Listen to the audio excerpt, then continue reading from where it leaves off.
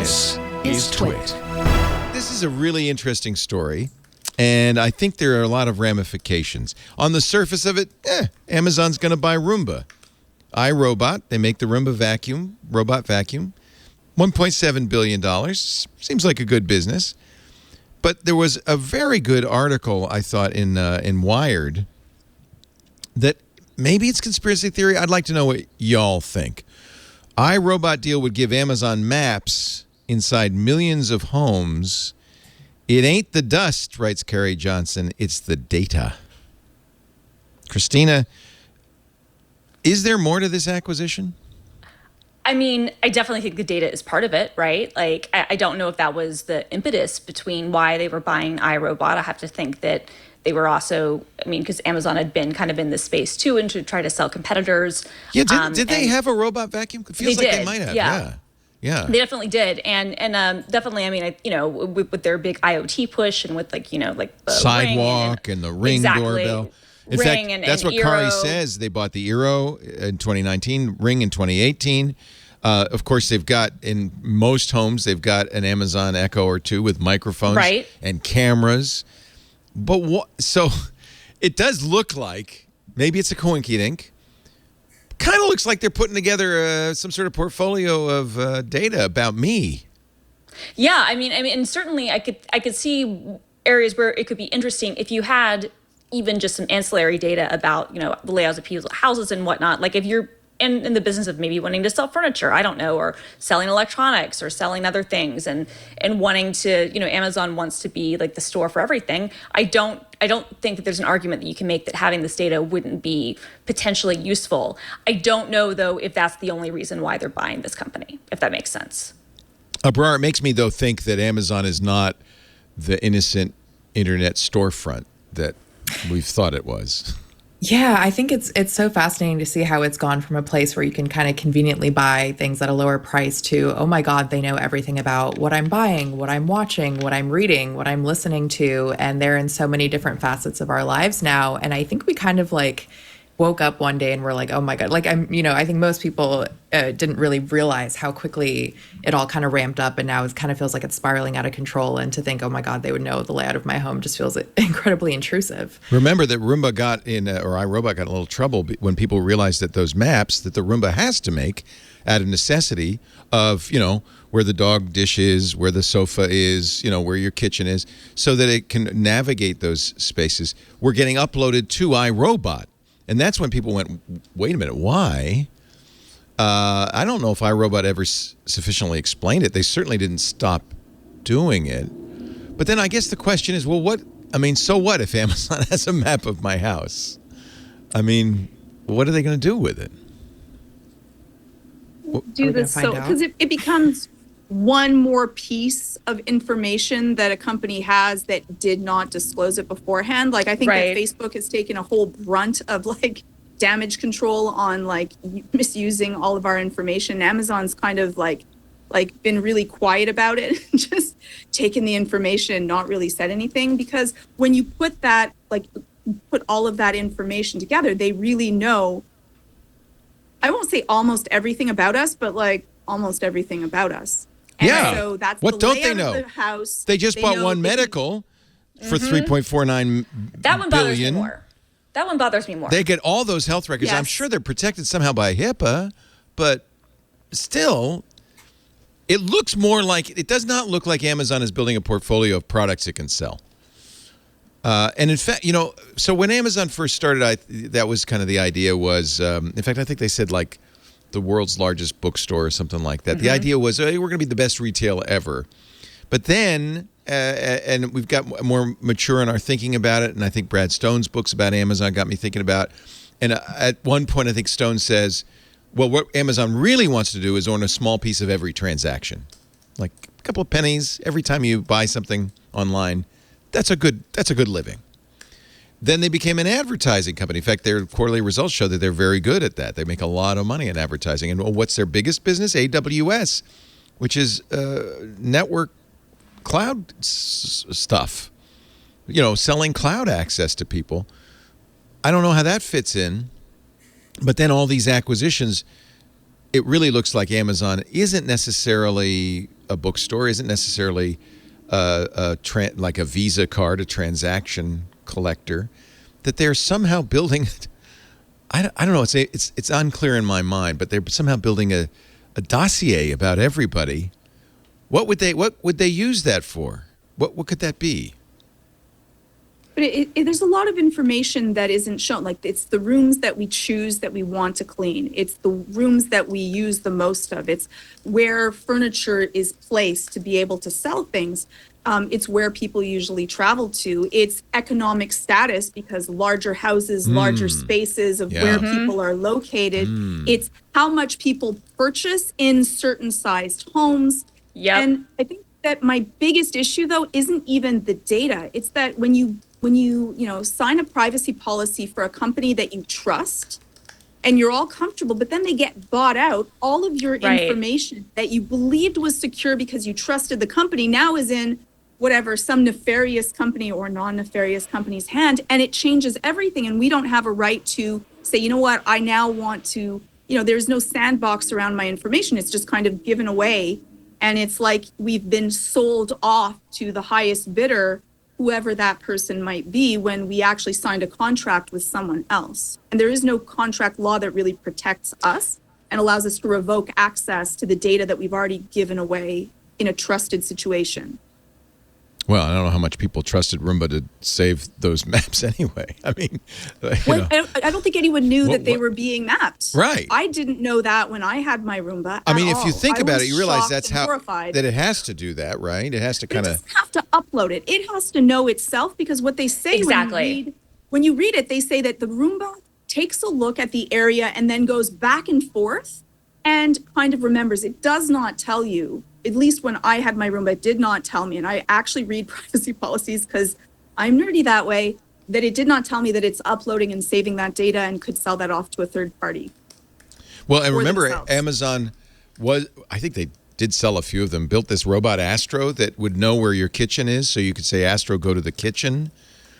Really, if they're not intentionally trying to build this very complete map of everything I buy, own, do, am, then by accident they're doing this, but it sure looks like it's intentional.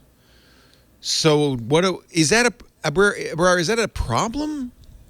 I think it's, I think the thing that a lot of people are growing increasingly uncomfortable with is that, Georgia, I love that you read the privacy policies of these companies. I think a lot of people don't necessarily do that. And I think, they use these products or services and then realize, how much am I giving away with all of this? And I think we're kind of feeling inundated with the fact that any platform you use, any service you use, you're giving away so much more information than you would feel comfortable with. And you kind of feel helpless in the sense that, there is a beauty to having a sense of privacy and not feeling like your data is being used to sell products or services to get more of your money. It just kind of feels like this endless spiral. So I think just knowing how much they know about you is incredibly uncomfortable. And companies like Amazon will only continue to grow and only continue to glean more information about each of us. Sorry, I just sneezed. I had to cut my mic. Bless you. Yeah, I mean, so I go back and forth on privacy, and on the one hand, if all Amazon's going to do is use this to put better recommendations at the bottom of the Amazon.com page, I think that's relatively harmless. But then I also start to look at stories about, for instance, the government buying information from data brokers. Yep. That some data brokers are selling for $150, $160. A list of all the people who went to visit an abortion clinic in the last 6 weeks, that kind of thing. And I start to realize that potentially this becomes harmful. I don't think Amazon is thinking, what could we sell the government? Well, yes and no. I mean, you look at what the fact that, Ring, and some of this might have had carve-outs before Amazon acquired them, but, Ring will give your data over to the police. And which bothers me on a lot of levels. Even if you opt out, the police can still kind of get into these programs where without a search warrant, they can get access to this Ring data. What bothers me about that is if you as an individual want to offer some of your camera information, fine. But Ring is taking video footage of people who are in your surrounding area and is also collating things with people who haven't opted into that. So I have very, very big problems with that happening at all. I think that if the police want to get information, from someone's security system, regardless of whether it's cloud-based or local, I think they need to have a warrant for that, period. I don't think that you should have companies like the Ring and Amazon, by extension, just passing it over. I think that is a massive violation. And so if you look at that perspective and you're saying, well, they'll do it in this instance, and we know that they also will, without warrants in some contexts, give Alexa information over to law enforcement, then I do have concerns about what other information they have collected on me and how willing they will be to provide it to people under whatever, justification they want to give it to. And I personally, I think that it's more troubling in some regards to say we're going to give it to law enforcement without warrants than we would be to sell it to advertisers. Although I do think that selling it to advertisers and selling it to government entities is a massive problem too. But the fact that you have a very large company like Amazon, but you could say the same thing for Google, you could say it for Microsoft. Google does, by the way, the same thing.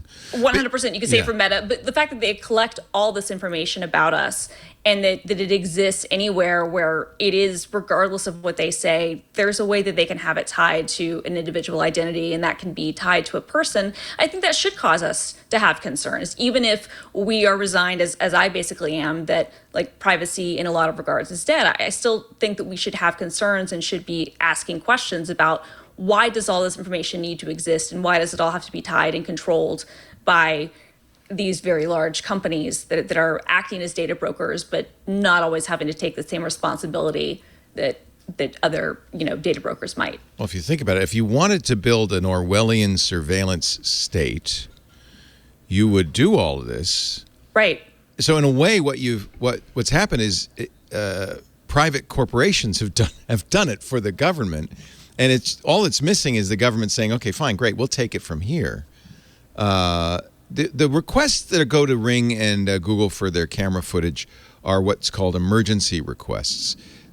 Most of the time you do need a warrant, but if it's something that is time sensitive, somebody's getting murdered or something, and we could stop it if we got the footage.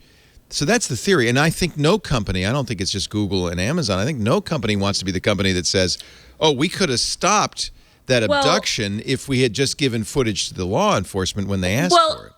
Well, but there's also, it's if there are really life and death situations, then you can get judges and you can have warrants issued usually very quickly. So I don't buy that as an argument. I really don't. Yeah, I mean, the Constitution says there needs to be a warrant. I mean, that's. I was going to say, I'm sorry, but I think that this is a Fourth Amendment issue fundamentally, and I'm going to come down in favor of the Fourth Amendment over what other what if scenario you want to put for someplace. I just am. I'm going to say I think the Fourth Amendment is more important, and I also think that there are things and clauses in place within the court system to get judges to sign warrants almost immediately. I have a big problem with the fact that companies are just willing to oblige, especially since when you look into these data situations, many of these circumstances aren't necessarily these life and death scenarios. So I don't know. To me, and also there's been hacks. So right. But you could pretend to be law enforcement and get this footage. Exactly, and that's happened which that has happened, which is a big problem. And so I just. Again, I'm personally going to be more in favor of the Fourth Amendment versus whatever, what if terrible scenario you have. But that's me. No, that's actually really an excellent point. You have a constitutional protection. It says you have to have a warrant to do that kind of stuff. And let's make that possible. Let's at least go to a judge and say, hey, we need this information. It's a problem, though, when these large companies, they have all of this lobbying, and us as regular people, we really don't. We don't have the amount of protections that are in place. Companies do, because companies are now people, so they get all of the handouts that they get for being a big company and the lobbying and the amount of money, but also they get all the protections as a person. And yet, as people, us being all single, we really don't have much of a stake at being able to make huge changes, and we're not protected. So I fully agree with you, Christina, that we really need to make sure that protections are in place, because there isn't transparency, there isn't any accountability if anything happens wrong, and it's pretty much just like, oh, well, another breach, sorry, your information is out there, hope nothing bad happens. and that's it. And then their hands are washed of it, and then they go on. And it happens so often, we become complacent to it. We just become like, oh, that's just life now. And should the FTC block this acquisition? I don't think that it's that big that they should block it, but I do think that they should make sure that they should have protections in place to be able to ensure that all of our information is shown. It's written in a way that's really easy to understand, because it's not. It's really filled with legalese. No one reads privacy policy unless you really have a lot of time on your hands. No one's going to read them because they're so difficult to read, and they're terrifying. Well, and also we kind of assume, well, I have no privacy. They're going to, regardless of what they say and regardless of what I agree to, they're going to take it. So I give up. I mean, I think most of us have just given up at this point. Abrar, you were saying that they should stop it? Oh, sorry. No, or though it's too small to stop. Yeah, I don't think that they would stop it. They're not going to weigh in on this. Yeah. No, I don't. And also, there's competition. There are other companies that do this. It's not sewing up the market, so maybe there isn't an antitrust reason. It's really about privacy. I don't know if the FTC has a mandate to do that. We know Lena Khan, their chair, does. You know, she wants to, I'm sure, but she may not be able to. So what is our recourse? We just have to sit and take it, or not buy a Roomba, and not buy an Echo. By the way, let's not forget. And again, I'm not convinced that Amazon's doing this out of any nefarious intent, but they have set up, using Ring doorbells and Echo devices, a low-power, low-raw network called Sidewalk that is intended to cover the entire country, every square inch. Because if you have an Amazon device, the chances are you're already part of this network, sharing a little tiny bit of your internet so that lost keys can be found. But that seems also to be a very big surveillance tool. It's too much of a coincidence. And I just wonder what they're up to.